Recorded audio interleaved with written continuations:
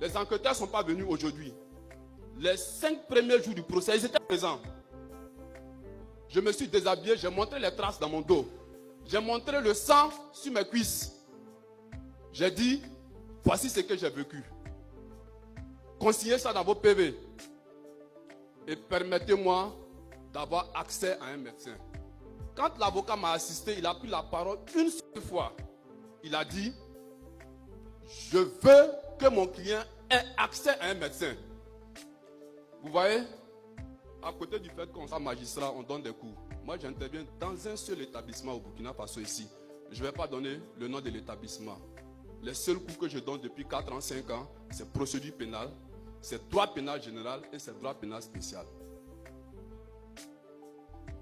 Aujourd'hui, moi, je suis dans une procédure où mes droits élémentaires ne sont pas respectés. Quand l'avocat a demandé qu'on puisse au moins m'ausculter pour voir ce qui va ou ce qui ne va pas, on lui a dit de faire un manuscrit. Il a fait le manuscrit, on n'a pas discuté, nous sommes arrivés à l'étape du parquet. Quand on a demandé encore à l'avocat s'il avait un mot à dire, le seul mot qu'il a dit c'était ça. C'est avec dédain, je dis bien, je pèse mes mots, c'est avec dédain que le parquet a répondu.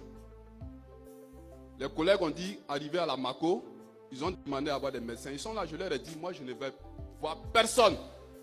Parce que les seules fois où j'ai demandé à être assisté d'un médecin, on me l'a refusé.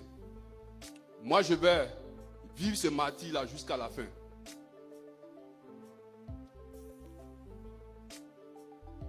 Je dis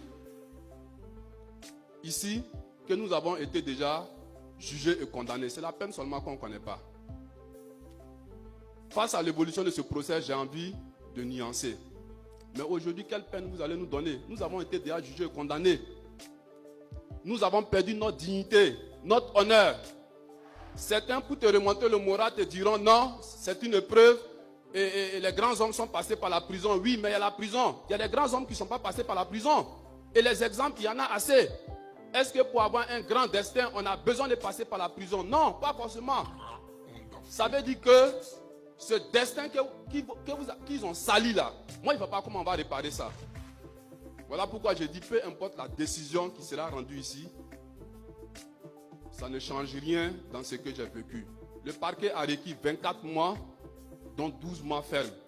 Je dis, ce que j'ai déjà vécu là dépasse les réquisitions du parquet. Monsieur le Président, je m'en remets à votre sagesse. Il est arrivé des moments où nous avons coulé des larmes. Pas parce que nous ne sommes pas forts. Si vous voulez trouver vos moyens, demandez aux enquêteurs qui m'ont battu. Ils vont vous dire pendant combien d'heures j'ai résisté. Et je vous le dis, j'ai cessé de résister quand on m'a déshabillé. Je me suis senti humilié. J'ai dit à cet instant, je ne résiste plus à rien. Parce que je trouve qu'un Burkinabé qui torture un Burkinabé jusqu'à le déshabiller, je trouve quand même qu'on allait trop loin. C'est que vous voulez, il n'y a pas de problème. Et lorsque les avocats, dans les échanges, reviennent sur ces questions-là, on coule les larmes, c'est naturel. Parce qu'on pense à ce que nous avons vécu et personne ne pourra réparer cela. Je termine en disant que dans votre procédure, je ne sais pas s'il y a des scellés. Je ne devrais même pas poser cette question-là. Parce qu'on ne peut pas poursuivre des magistrats, des avocats et des douaniers. Et puis on va venir demander s'il y a des scellés dans le dossier. C'est le minimum qu'on puisse faire. Mais quand même, je fais ma demande. S'il y a des scellés dans ce dossier-là, moi particulièrement, j'ai mes 2 téléphones. Et je tiens à les avoir. Dans ces téléphones-là, il y a mes souvenirs. Il y a mes contacts. Il y a ma vie dans ces téléphones-là. Je sais que beaucoup de personnes, à travers cette procédure-là, ont eu accès à ma vie privée.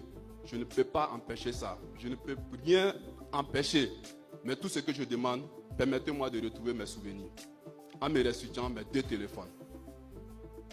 Quand on m'a interpellé, j'avais dans mon portefeuille la somme de 86 000, je crois.